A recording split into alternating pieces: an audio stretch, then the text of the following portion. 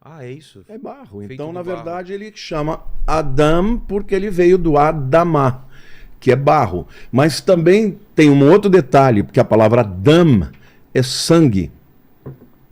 E também a cor vermelha.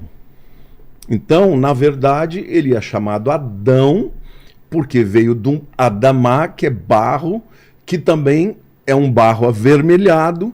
E se você pegar a mesma ciência, diz que a composição toda da nossa, vamos dizer, da nossa estrutura é do barro.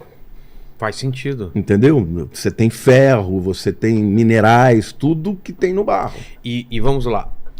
O Antigo Testamento foi escrito em hebraico. É 90% A hebraico. Torá é... Toda em hebraico. Toda em Mas, hebraico. por exemplo, quando o livro de Daniel, porque Daniel, ele foi exilado na Babilônia, né? Nós já falamos aqui que os babilônios vieram em 3 incursões e levaram os judeus embora. Primeiro vieram no ano 606, depois em 597 e por último em 586, destruíram o templo e levou todo mundo para a Babilônia. Daniel, então, ele foi para a Babilônia na primeira vez em 606 e lá ele aprendeu a língua babilônica para que quando os judeus chegassem ele pudesse ser um daqueles que iriam ensinar os costumes babilônicos para o seu povo, né? Nabucodonosor, ele era vivo, ele veio na primeira vez, levou os jovens, os nobres, os mais inteligentes, os mais bonitos, porque iriam servir a ele na corte. Então, Daniel foi um nobre. E então ele dominava o aramaico. Quando ele escreve o livro, porções do livro que ele diz respeito aos gentios, ele escreve em aramaico. E o que diz respeito aos judeus, ele escreve em hebraico. Porque aramaico era mais era a língua dos babilônios, né? Entendi. Entendeu? E quando o povo judeu, eles ficam escravos dos egípcios, eles podem falar na língua deles? Então, na época, nós estamos falando de um outro tempo, né? Porque, os hebreus, vamos dizer assim, o exílio babilônico aconteceu no 6º século, no finzinho do 7º século antes de Cristo, né? 606 antes de Cristo, já é 7º século, né? E quando o povo foi mesmo em 586, é 6º século antes de Cristo. Agora, o Egito, nós estamos falando de 1500 antes de Cristo. É Nossa, 1000 anos para trás, né? É muito tempo. Eu acredito nessa datação que o êxodo aconteceu no ano 1446 antes de Cristo. Então, se o êxodo aconteceu 40 anos depois que Moisés, né, o que aconteceu foi o seguinte: Abraão sai de Harã, na Babilônia, e ele vai para a terra que Deus iria mostrar que é Israel. Então ali ele tem o seu filho Isaac, Isaac tem Jacó, Jacó tem 12 filhos. Quando chega aquele período de seca, lembra? José tinha sido vendido pelos irmãos para o Egito. E quando chega a seca, eles descobrem que havia mantimento no Egito.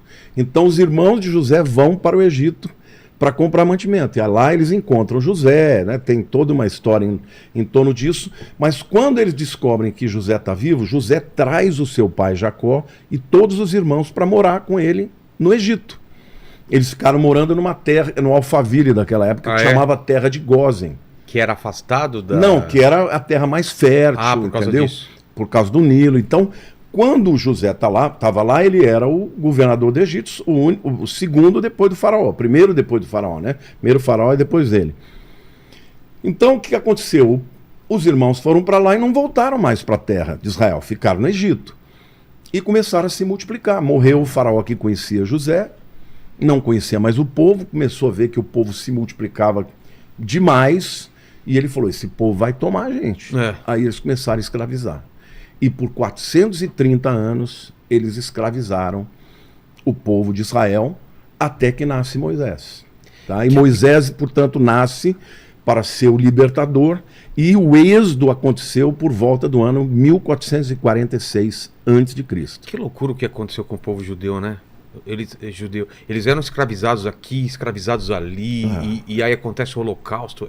Não, é uma coisa que tem que ser entendida certo, porque é o povo escolhido de Deus, e por causa disso eles sofrem tudo isso, essas pressões. Assim, o ódio de Satanás para aqueles que Deus ama, porque Satanás sabia que dos judeus viria o Messias.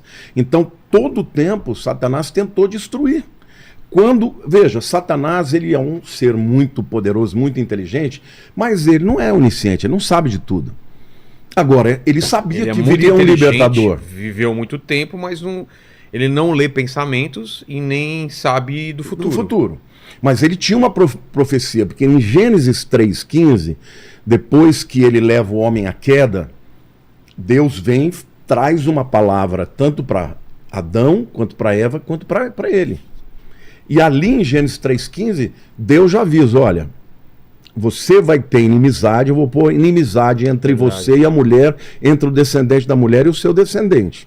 Aí diz que tu lhe ferirás o calcanhar, está falando da morte na cruz, mas ele lhe ferirá a cabeça. Ali a primeira profecia. Não é da serpente que ele está